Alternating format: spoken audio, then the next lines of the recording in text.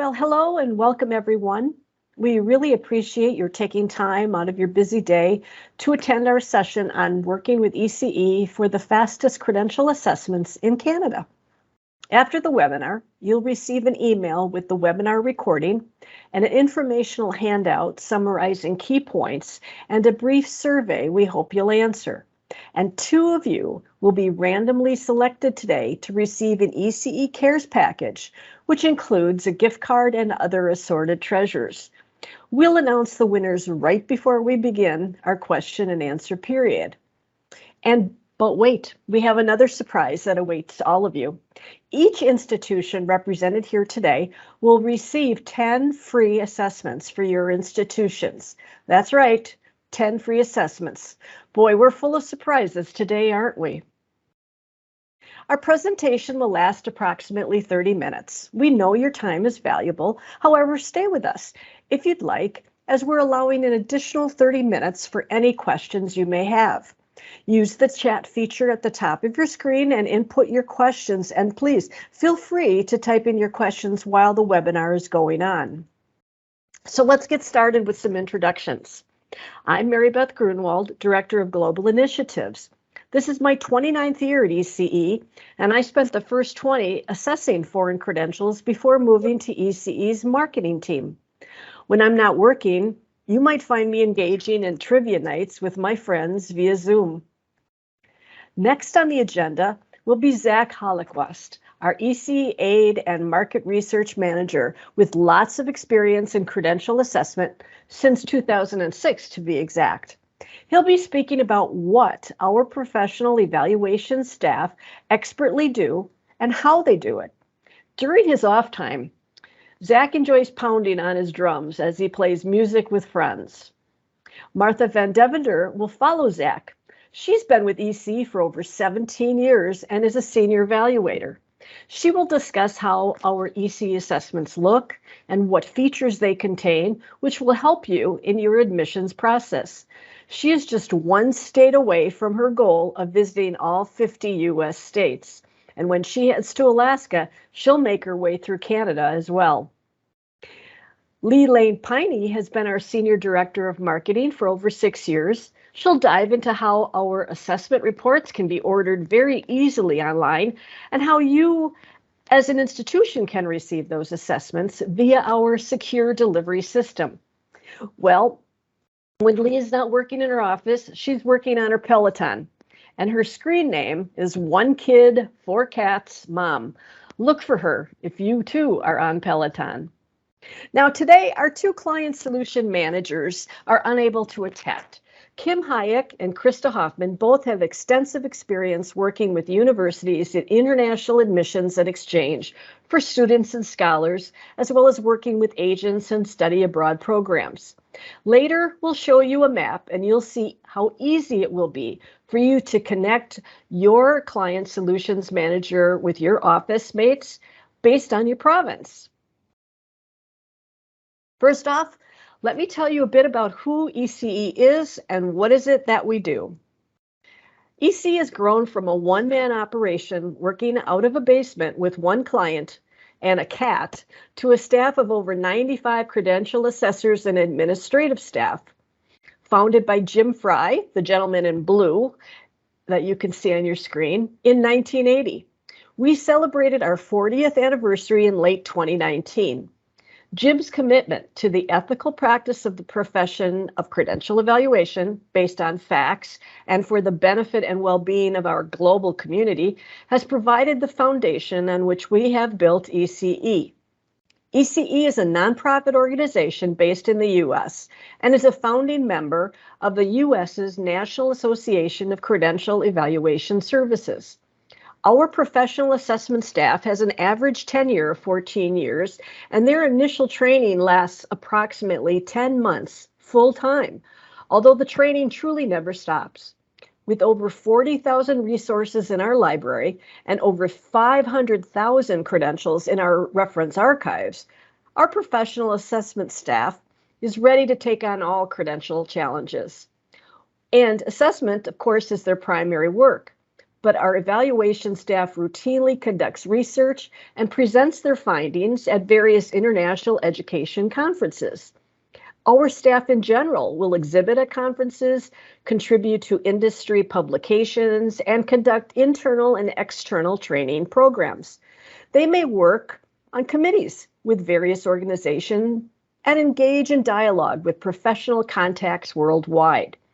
ECE believes in a good balance for its employees between work and personal life, and many of our staff engage in volunteer activities as well. Well, speaking of conferences, Lee Lane Piney will be staffing our exhibit booth at the upcoming ARU conference early next week in Niagara Falls. We're at booth number 11. If you're attending, stop by and say hello. We will also be exhibiting at the CBIE conference later this year. We hope to meet you in person at these events. Final thought, during this informational webinar, we want you to discover why you should choose ECE.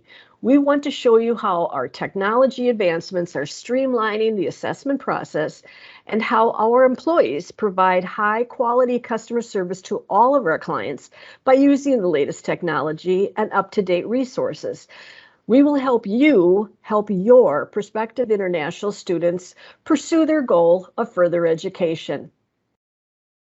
ECE is all about its people who believe in our mission and values. All right, now you caught a glimpse into whom ECE is and what fills our work days. Now we'll show you the process we use while our professional staff of assessors work with academic qualifications. So Zach is ready to take it away. Zach?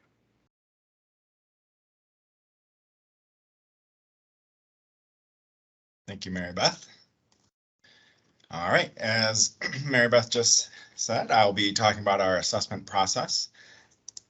So we'll go a little bit through what our evaluators do and how we, the expertise behind that 10-month training period and beyond 10 months. So what do our evaluators actually do?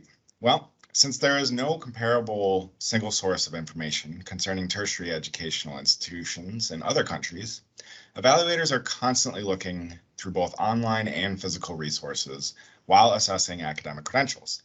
And though every evaluator may do things slightly differently, there are some basic steps to their process. The first is to look at whether that school that is being assessed, that was studied at, is officially recognized in the home country. And this can include researching ministries of education or an official organization such as the University Grants Commission in India.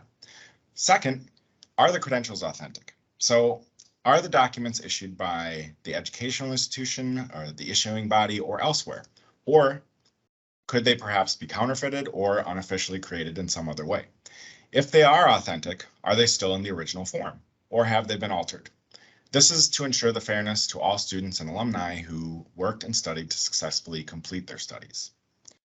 Third, educational credentials can represent completion of many types of education. So secondary, tertiary, and post-secondary, academic versus technical versus vocational, full-time or part-time. Was it a certificate, a diploma, or a degree program, or a study not related to a formal educational qualification? Evaluators take all of this into consideration when determining recommendations. Fourth, did the applicant complete the program, or is it incomplete? This can affect how the evaluator researches and converts what a full credit load looks like, which leads us into the fifth part, which is what is the credit equivalent of the quantitative data reported in the educational credential? And finally, what is the grade equivalent of the qualitative data reported in the educational credentials? And I'll talk a little bit more about that in a second. So I don't want to go too deep into credential evaluation philosophy, as whole books, articles, and webinars have been created to talk about that. However, I do think it helps to see all the considerations we take into account when we are providing an assessment. So for converting grades, we consider a number of factors, including word descriptors like outstanding versus excellent versus very good, what is considered the best grade and the lowest passing grade, how grades are distributed in that particular school, and the country education system as a whole. For credit conversions, we look at what a full-time load of hours or credits would be for a particular program. Likewise, in basic credential evaluation philosophy, we follow the rule that 1 year of education in one country equals 1 year of education in another country. And lastly, I should mention sometimes the question of consistency in grade and credit conversions does come up. And in most cases among a specific school, those conversions will be consistent. However, sometimes those conversion factors can depend on particular programs within an institution. And definitely grades and credits can oftentimes be converted differently at the same institution, depending on whether the program is undergraduate or graduate. So let's move on to documentation requirements. This is always a big question when it comes to our applicants. So what I'm going to talk to you about and take you through here is specifically how ECE handles documentation requirements. So first, ECE determines our documentation requirements based on what we believe is the most secure and the most reasonable to ask for. So it can vary from country to country. In some countries, we want to see originals, and in other countries, we want documents to be sent to ECE in sealed documents from the issuing institution. And even in some other cases, we may only need to see a scan or a photocopy because we're going to verify those documents from that country directly with the institution or issuing body. Our evaluators frequently review our documentation requirements as a whole, and we also review individual countries when situations change. And usually we hear from students if there are issues, but we ultimately make our decisions about our requirements after research and confirmation from schools or other colleagues overseas. Again, ECE requires the most secure document we believe the student can reasonably obtain. For translations, ECE is flexible in trying to save both time and money for our applicants, so we don't require translations to come from a certified translator. The applicants themselves can translate the documents into English for us as long as the translation follows the same format as the original and is word for word. In the case of any applicants who cannot provide a translation, ECE does offer a translation waiver option for a small fee.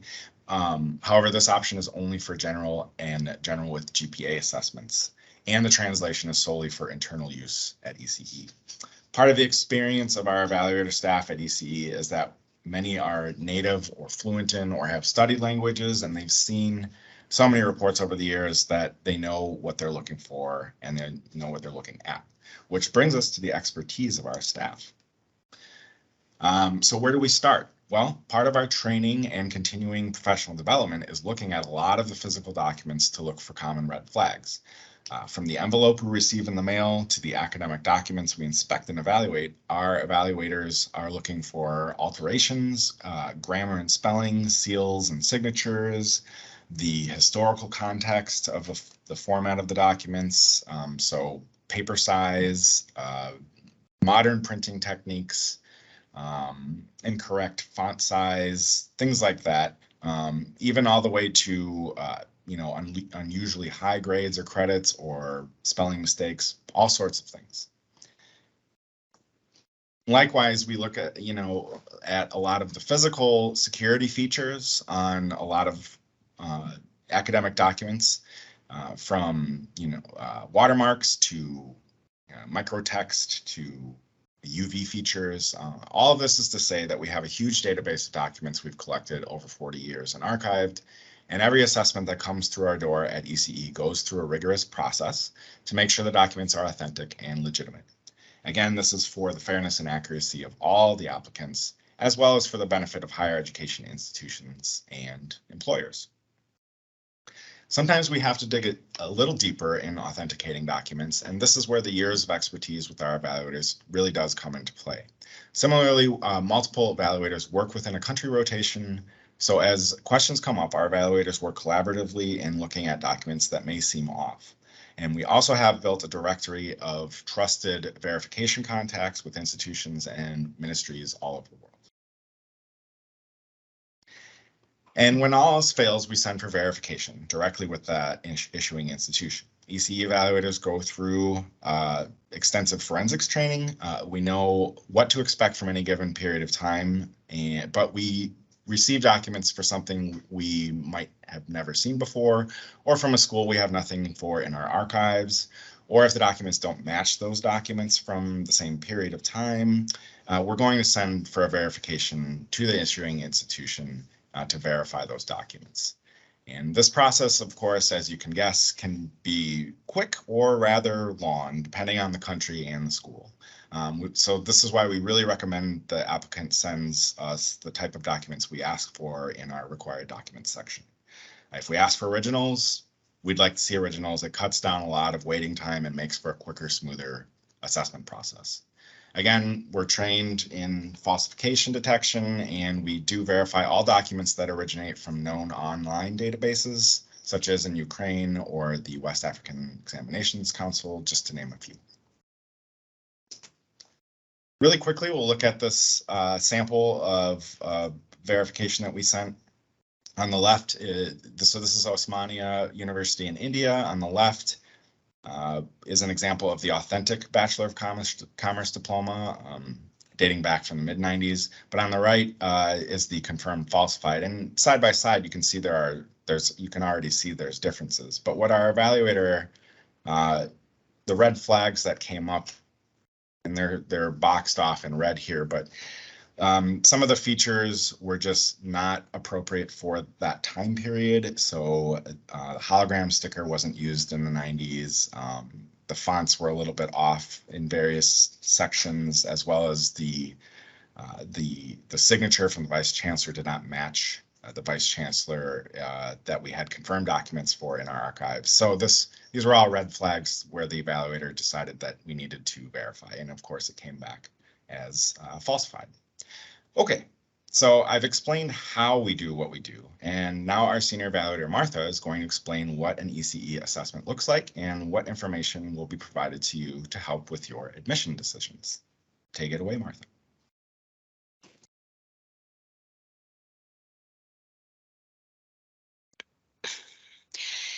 Thank you, Zach. Now that we've looked at the assessment methodology that we use at ECE, I'm going to share how our research and conclusions are represented in our assessment reports. Our standard assessments feature three main components. So the first is a statement of recognition. We indicate that an institution is properly recognized in its home country by whatever means are standard and correct in that country. So that doesn't always mean recognition by a Ministry of Education. If a program is unrecognized or non-credit, we will indicate that instead. So next is authenticity.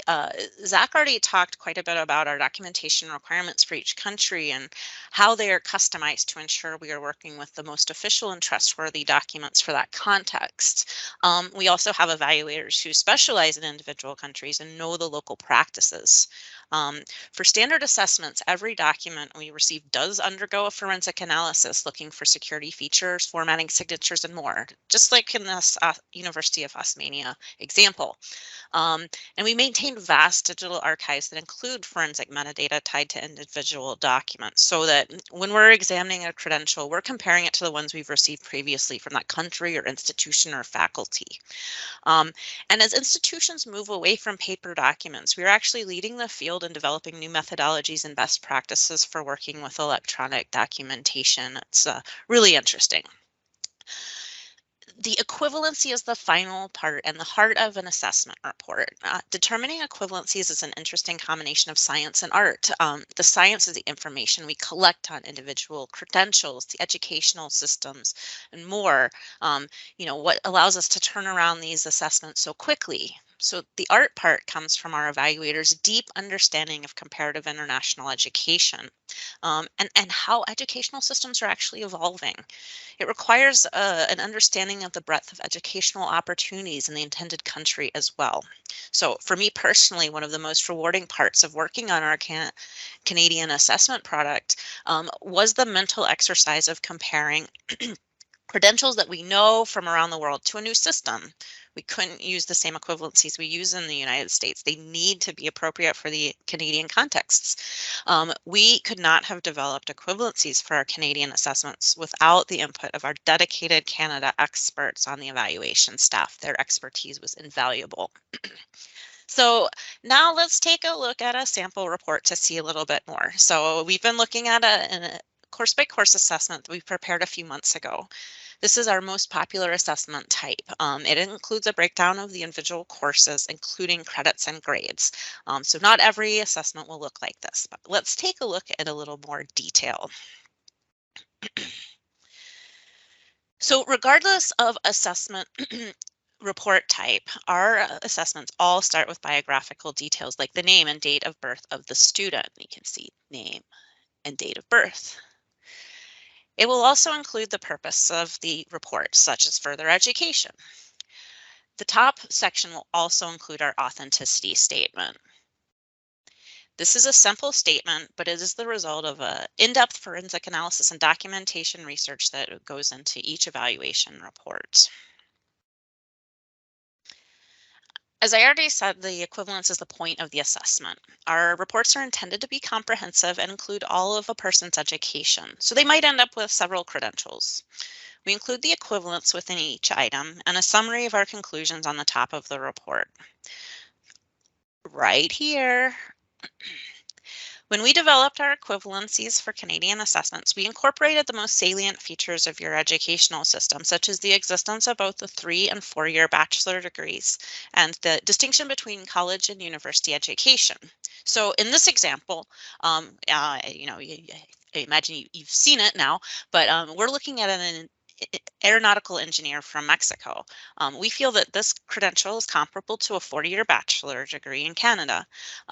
The student then actually started a second undergraduate program. It was in music that we feel is comparable to several years of university credit.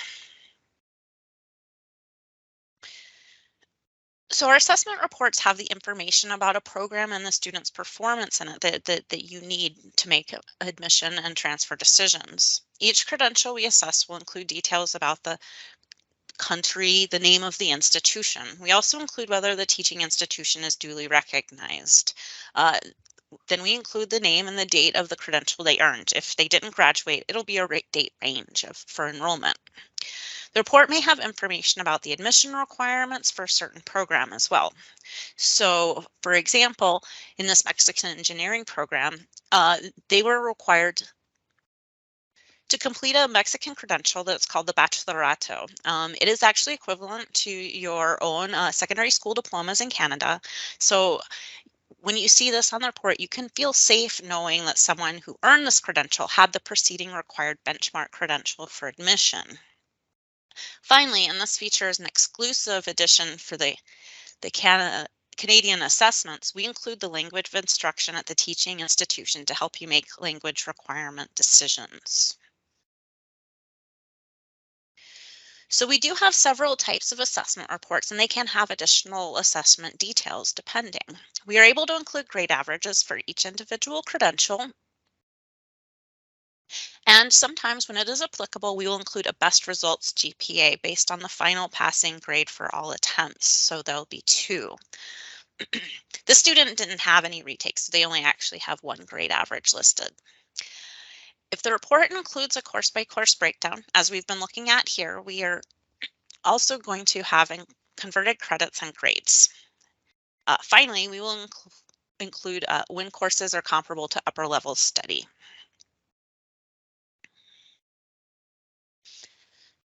So if you are looking at one of our assessments and you have questions about our credit and grade conversion methods, our assessments are printed on safety paper with an in-depth explanation on the reverse. But we understand that some institutions are moving away from paper documentation. So we do provide electronic delivery to schools.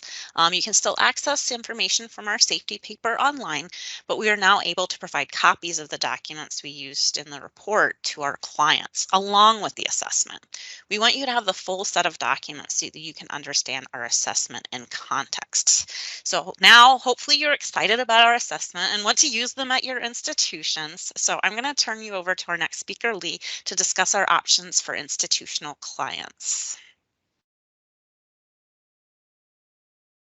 All right, thank you, Martha. So we are in the home stretch. We've told you a little about ECE and what our assessment report does and how it can help you.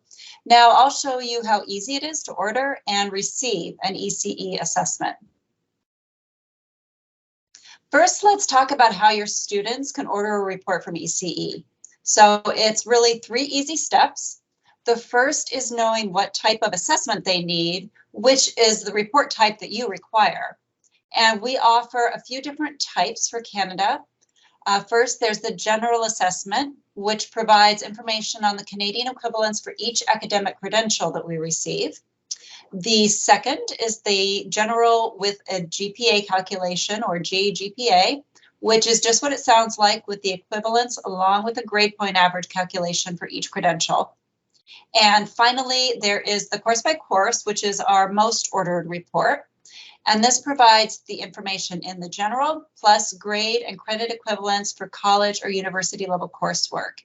And we can also identify upper level coursework that's been completed. Step 2 is for students to review our document requirements, which are country specific and based on A, what documents are most secure in that country, and B, what documents are actually available to students. So what is realistic? And again, that's based on country. They are not blanket documentation requirements. They are tailored to each country. And finally, the student will submit their application fully online, and I will show you exactly what that looks like next. So the applicants will begin by creating an ECE account, which looks like what you see here. They can always log back into their account to order copies or update information or ask questions. And those reports are valid for 5 years. So for 5 years, when they go back into their original account, they will be able to access that.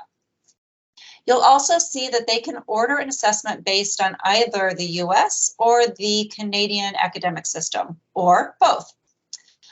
So another unique ECE offering is what we call our transnational discount for applicants who may be either considering study in both countries, or someone may have an ECE report from before for study in the US, and now they're looking at Canada, say for graduate study. So with this transnational discount, they don't pay full price for 2 assessments.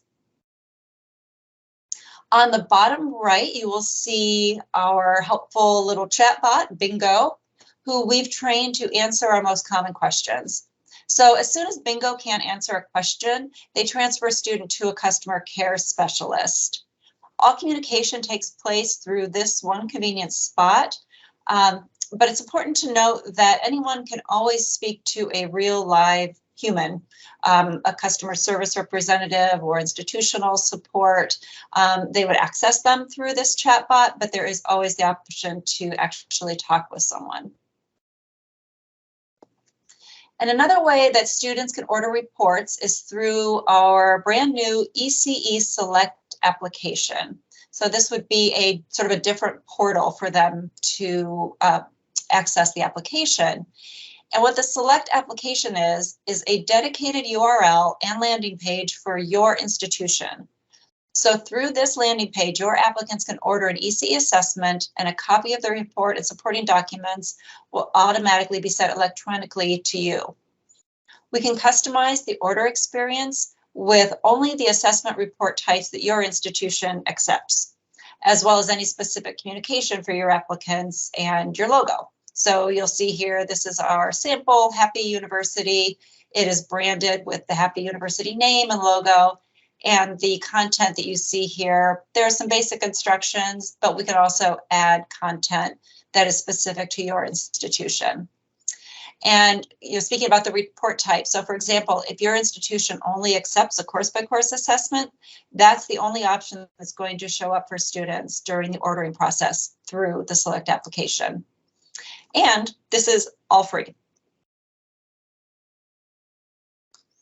Another service that we offer to institutions is what we call ECE Pronto.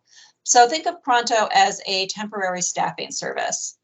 For example, you could use ECE temporarily if you have an increase in international applications and you need to get through a backlog.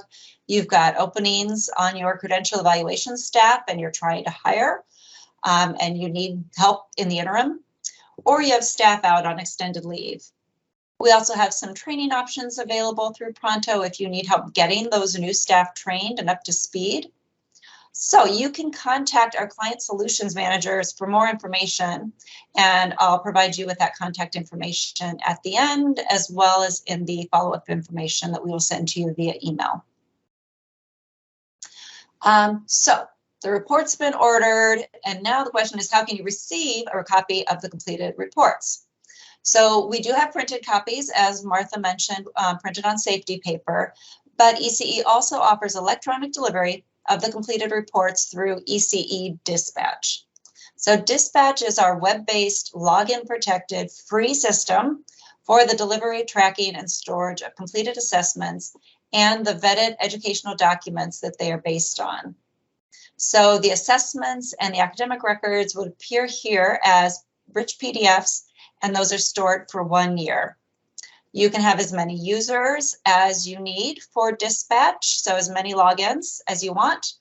And once you sign up for Dispatch, you automatically have your own select application URL and landing page that we talked about just a minute ago. So as we wrap up, I want to answer the question for you. Why would you want to work with ECE? We know you have a choice of credential assessors, and many of you may be doing credential assessments in-house yourself. So what sets ECE apart as a provider?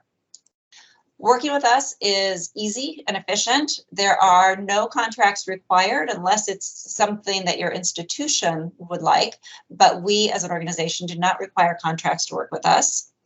You have free online access to our reports, and we talked about that very easy 3-step online ordering process.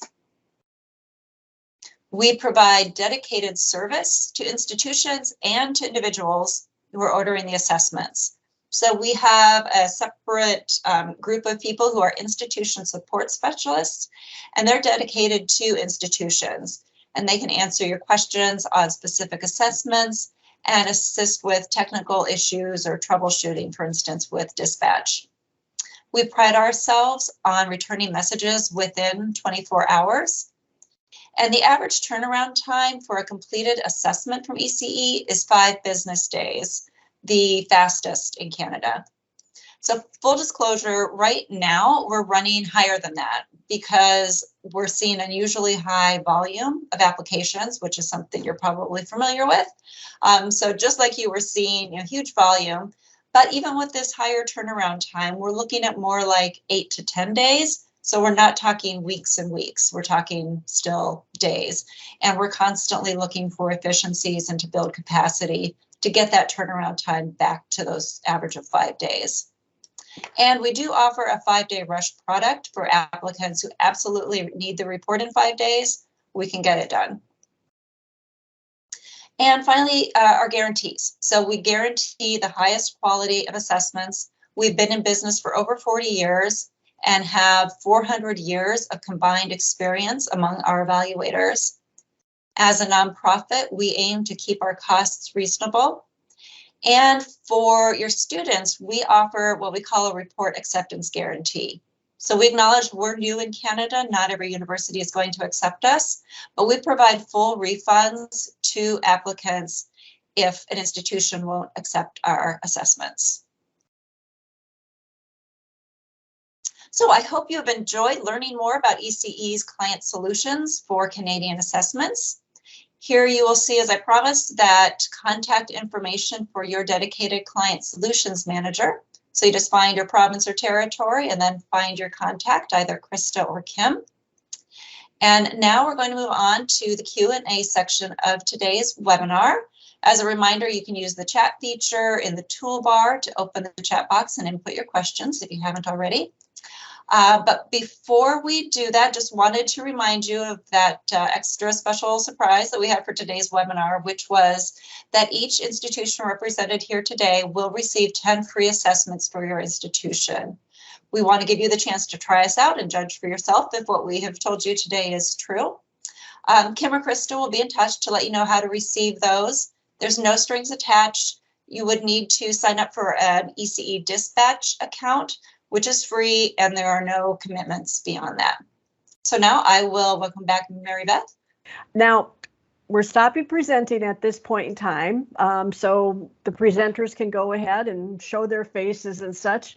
Keep putting your questions into the chat box. I've got one here already. Okay, from one person, and I think I will direct this to Lee. The attendee is asking, did she hear correctly that ECE would share the digital documents with the reports through ECE Select? Yes, in a sense. So through the ECE Select application, the student would apply through that landing page, and it would be configured to automatically send the report and the documents to you. It would be sent to you through dispatch. But yes, the Select application would be the impetus for that to be sent to you. Okay, thank you, Lee. Oh, I got a quick question here for one of our evaluator staff. So do we do assessments for academic work completed in secondary schools? Zach, what do we do? What do we do if someone gives us secondary documents? In short, we evaluate them as we would post-secondary. So we do include, we can do a course by course of high school level. But yeah, in short, we can do anything. Secondary. And again, different from other credential organizations, we do not charge per credential. We have a one flat fee. Of course, there would be additional fees if there was a FedEx or UPS or some sort of courier charge or rush fee. But all in all, there's one report fee, no matter how many credentials we are assessing. And I have seen over my years, I'm sure Martha and Zach as well have seen reports that have had 5, 6, 7, 8 different credentials, and it's all under one fee. So your students can be assured that their whole academic background will be put onto the evaluation report. Oh, Martha, I wanted to know, someone emailed me earlier that they were unable to attend today, and they did have one quick question. Does ECE, I know Zach talked a bit about documentation requirements. Could you reaffirm, do we require original documents in all cases? Well, it's country by country. Each country is a little bit different. In some places, we do feel that a student's original documents are the most reliable ones we can get, in places where only one will ever be issued and no things can be reissued. But in other places, it's very standard practice to reissue documents, such as it is in the United States or Canada, and we just accept them to be delivered in the same way that they would be delivered to anyone else around the world. So it is highly variable, but in some cases, originals are going to be perfectly sufficient for us. Okay. And one more question. Does ECE work with agents? Lee, could you take on that question, please? Sure. Yes, we do work with agents. In fact, if you go to our website, there's a whole section devoted to agents and how they can work with ECE. So it kind of depends on how they're helping the student. Are they just helping guide them through the process? Are they ordering for them? Is the student ordering, but they're paying? There's all sorts of different iterations. But the short answer is yes, we do work with agents. Okay. Well, it looks like there are no more questions at the moment. And so I'm just going to go wrap up today. I know everybody's time is precious. I want to thank each of our presenters, and I want to thank each of our attendees for listening in. And look for those informative emails that are going to be coming your way. And again, remember, each institution present today will get their 10 free assessment reports. So having said all that, thank you so much for listening in, and have a good evening, everyone. Goodbye for now.